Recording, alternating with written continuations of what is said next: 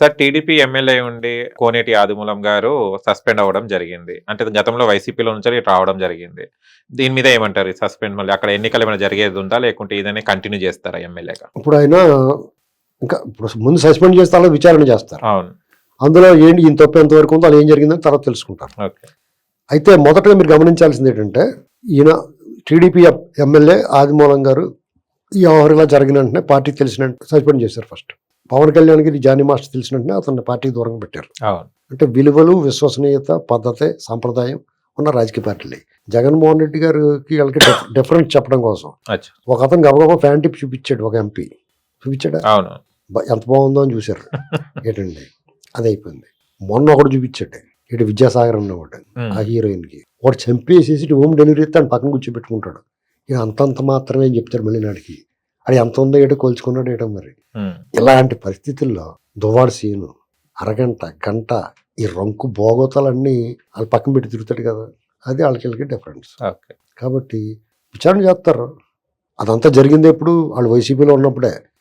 ఇంగు కట్టిన గుడ్డకి ఇంగు వాసన ఉంటుంది, అలాగ అంటుకుపోద్ది. పార్టీ మారినా కానీ ఆ స్మెల్ అలాగ ఉంటుంది వాళ్ళకి. నేను అదే చెప్తున్నాను, వాళ్ళు పార్టీలు గట్ట తీసుకున్నా కానీ స్మెల్ ఉంటుందిరా బాబు, వాళ్ళు జాగ్రత్త చూసుకోండి. ఈ విషయంలో మటుకి వాళ్ళ మధ్య డీల్ ఏదో చెడిపోయింది కాబట్టి బయటకు వచ్చింది. అంతకుముందు ఎప్పటి నుంచో ఈ కథ కన్వర్సేషన్ ఉంది. మన ఆడపిల్ల పట్ల మనం వివాదాస్పద వ్యాఖ్యలు చేయకూడదు కాబట్టి చేయట్లేదు, అంతే అండి. అంతే సార్. చూస్తే పవన్ కళ్యాణ్ మన డిప్యూటీ సీఎం అయిన పవన్ కళ్యాణ్ గారి మీద కూడా విమర్శలు చేస్తున్నారు చాలా మంది అపోజిషన్ వాళ్ళు, జనాలు కూడా. ఏంటంటే ఫ్లడ్స్ వచ్చినప్పుడు పరామర్శించడానికి కూడా బయటికి రాలేదు. ఎలక్షన్స్ అప్పుడేమో తిరిగారు, ఎలక్షన్స్ ముందు అపోజిషన్ లో ఉన్నప్పుడు. ఏంటిది డిప్యూటీ సీఎం కరెక్ట్ సెట్ కాలేదని అంటున్నారు పవన్ కళ్యాణ్ గారిని, మీరేమంటారు? ఇప్పుడు పవన్ కళ్యాణ్ గారు రాలేదు, చిరంజీవి గారు రాలేదు, నాగబాబు గారు రాలేదని అంటాం అవివేకం అండి.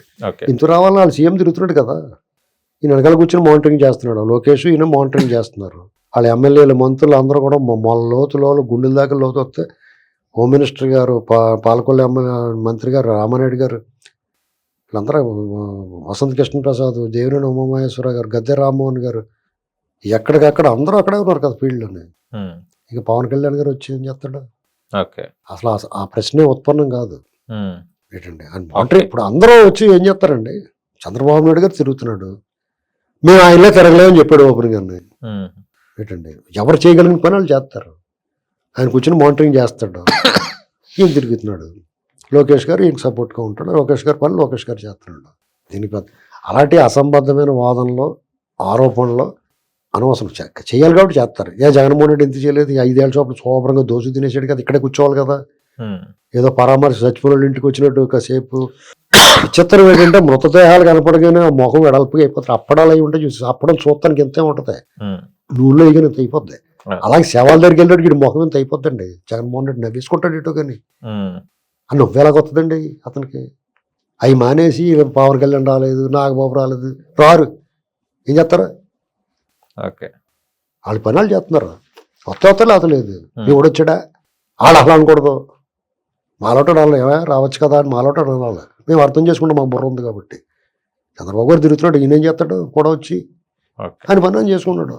ఇప్పుడు ఏదైతే తెలంగాణలో హైడ్రా ఉంది, అదే ఏపీలో హైడ్రా చేస్తే కూడా ఎలాంటి ఉందో కరెక్ట్ అలాగే చేస్తారా సార్? అక్కడ కూడా రేవంత్ రెడ్డి గారు చేపట్టిన హైడ్రా గురించి. ఏపీలో హైడ్రా ఉండదండి, గీడ్రా ఉంటుంది. శుభ్రం తోసేస్తారు ఇక్కడ. ఏదో హైడ్రా అంటే వీళ్ళు చెరువులు కోట్లు ఆక్రమించిన అక్కడ అలాగే కాదు, టైం చూసి శుభ్రంగా చేతపడతారండి. అక్కడ గీడ్రా అంటే మనుషులు ఎత్తేయాలి అక్కడ. ఇలాంటి ఆక్రమణలు ఏమి ఉండవు అక్కడ. ఆల్రెడీ కట్టాల్సుకున్న మహానగరం అంతా బాగానే ఉంది. బుడమేర్లు గిడమేర్లు కొల్లగొట్టేసి మట్టి గిట్టి వాళ్ళ దగ్గర నుంచి డబ్బులు లాక్కు రావాలి. వాళ్ళ పని అది చేయాలంతే. అంతే. రిషికొండ గురించి ఏమంటారు సార్? జగన్మోహన్ రెడ్డి చేపట్టిన రిషికొండ గురించి ఎలాంటి చర్యలు తీసుకోబోతున్నారు? మీకు జగన్మోహన్ రెడ్డి ప్రతిరోజు మనం తప్పులు చేయడండి, మన నోరు నిప్పొచ్చే దాన్ని తప్పుల గురించి చెప్పుకోవాలంటే. అర్థమైందండి? అష్టోత్తరం అదంతా. వీళ్ళ జీవితంలో వీళ్ళు తప్పించుకోలేరండి. వీళ్ళు ఇంకోటి ఏంటి చెప్పినా, వీళ్ళు ఏమనుకుంటున్నారు, మళ్ళీ వచ్చేస్తారు 5 ఏళ్ళకి అనుకుంటున్నారు. రాడండి, ఎంతో రాడు చెప్తున్నానండి. వాళ్ళ బాబు వీళ్ళందరూ కలిపి జీవితకాలం కమ్మ కాపు మధ్యన పెట్టేశారు. కమ్మ కాపు బీసీ మాదిగా కాంబినేషన్ అక్కడ. వీళ్ళ తరంగా దాన్ని ఛేదించడానికి. అర్థమైందండి? అంతే. దాన్ని బట్టి వాళ్ళు అర్థం చేసుకుని అందుకుని తలుపులు తోసుకుని వచ్చేస్తున్నారు ఈ పార్టీలో అక్కడ. Okay, thank you so much sir. మరో ఇంటర్వ్యూ మళ్ళీ కలుసుకుందాం. Thank you. చూశారు కదా ఫ్రెండ్స్, మీకు గనక మా వీడియో నచ్చింది లైక్ చేయండి, షేర్ చేయండి, కామెంట్ చేయండి, సబ్స్క్రైబ్ ఛానల్ అక్కడ గంట టంగును కొట్టండి. నేను మీ యాంకర్ పప్పు. Bye bye.